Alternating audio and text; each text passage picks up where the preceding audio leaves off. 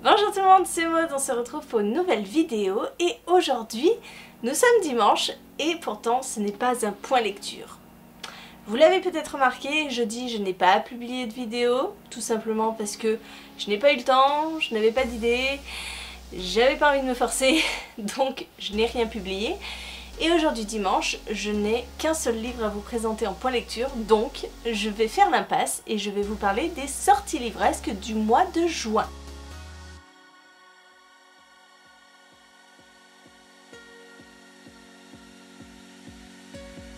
Alors bien sûr, confinement oblige, les sorties ont été complètement chamboulées ces derniers temps.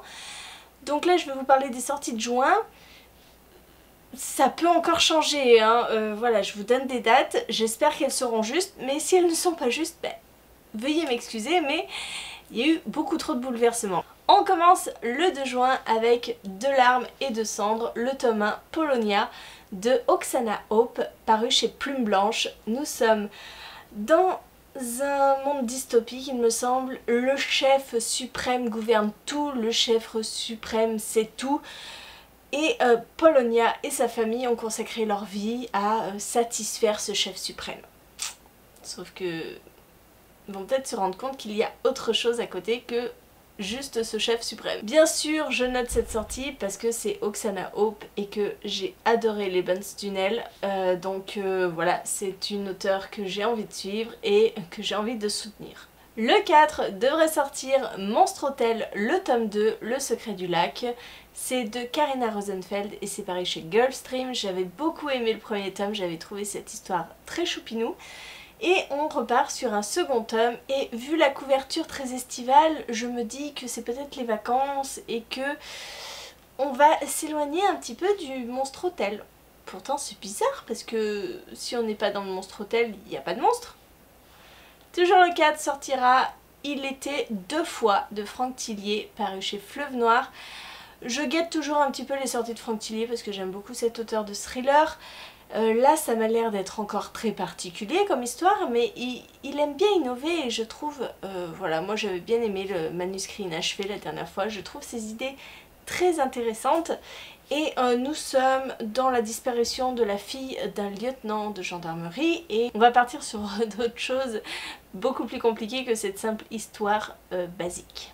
Toujours le 4 sortira Le Réveil des légendes, le tome 1, L'étoile flamboyante de Sophie Ginisti, c'est paru chez 404 éditions et je l'ai repéré parce que c'est le 3e lauréat du prix 404 Factory. J'ai beaucoup aimé les précédentes éditions de ce prix, donc je me le suis noté. Nous allons suivre un demi-elfe dont on a arraché le frère jumeau pour respecter la règle de l'enfant unique qui accourt dans l'univers de Gaïa, de l'empire de Gaïa. Et voilà, et je n'en sais pas plus, c'est de la fantaisie et ça me fait très envie. Toujours le 4 sortira La Sphère de Alexiane Delis, c'est chez Michel Lafon. Nous sommes dans un roman post-apocalyptique où il n'y a plus aucun homme sur Terre. Une jeune femme va se laisser embarquer dans la sphère qui mêle réalité et fiction, et je pense que dans cette sphère, eh bien, elle va probablement rencontrer un homme. Probablement. Je pense qu'on est dans une romance avec du post-apo. Bref, j'ai beaucoup aimé Les Ailes d'Émeraude de Alexiane Delis, donc pourquoi pas ne pas tenter cette nouvelle saga. Le 4 sortira Le Fracas du silence de Fabien Fernandez, paru chez Scrineo. Nous sommes dans un roman contemporain où Tyril a une vie à peu près parfaite, comme bien souvent dans ce genre de roman, jusqu'à ce qu'un accident change complètement sa vie. Elle va être atteinte d'aphasie partielle et elle va devoir redécouvrir comment vivre, tout simplement. Elle n'arrive plus à parler comme elle le souhaite. Voilà, ses amis, son petit ami, tout le monde s'est volatilisé autour d'elle et il va falloir qu'elle recommence à vivre. On passe au 10 juin où sortira L'Atelier des sorciers, le tome 6. C'est un tome que j'attends avec grande impatience puisque j'ai lu le tome 5 il n'y a pas si longtemps et j'aime bien cette petite série de manga, maintenant vous avez l'habitude. Donc je vais me jeter dessus. Le 10 sortira Babelcorp, le tome 1 Genesis 11. C'est écrit par Scott Rentgen et c'est paru chez Milan. Nous sommes avec un groupe d'adolescents qui vont partir dans une quête pour découvrir une mystérieuse substance. C'est à bord d'un vaisseau, on est dans du space opéra. Moi ça me plaît ce genre de livre, donc j'ai hâte de le découvrir. Le 11 sortira Silver Battle et la pierre de cœur. C'est chez Lumen.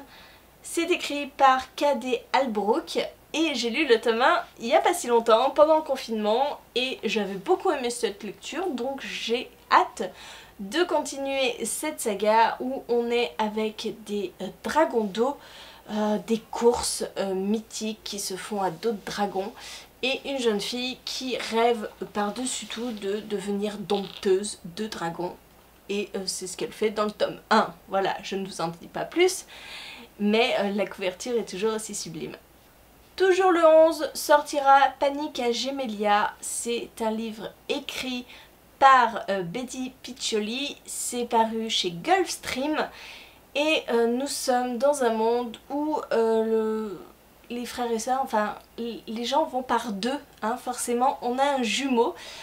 Sauf qu'on va suivre un garçon qui cherche l'explication à la mort de son jumeau.